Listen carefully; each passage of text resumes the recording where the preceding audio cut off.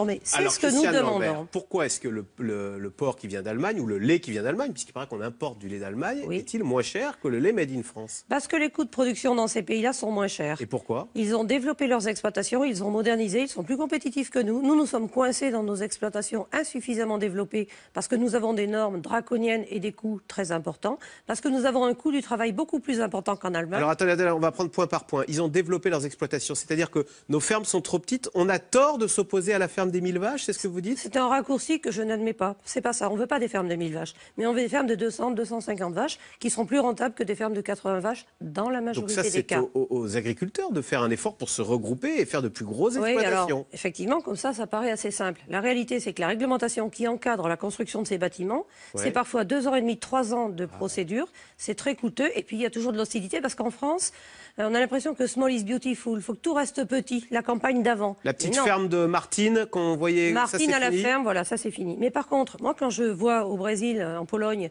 en Roumanie où travaille mon fils, des fermes de 2000 vaches, 4700 vaches.